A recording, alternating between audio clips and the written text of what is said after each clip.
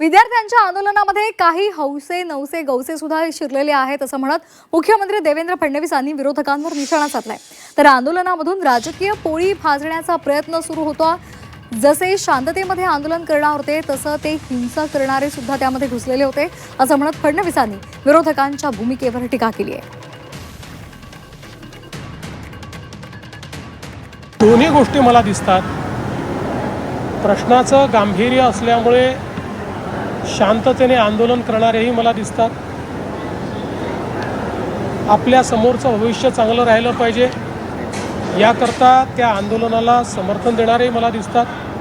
आणि त्याचवेळी या आंदोलनाच्या पाठीवर आपल्याला राजकीय पोळी भाजता येईल या दृष्टीनं राजकारण करणारे हौसे नवसे काही गौसे अशा प्रकारचे हिंसाचार करणारे किंवा जाणीवपूर्वक त्या ठिकाणी कुठेतरी अराजकता तयार झाली पाहिजे असेही लोक त्या ठिकाणी शिरलेले आपल्याला पाहायला मिळाले।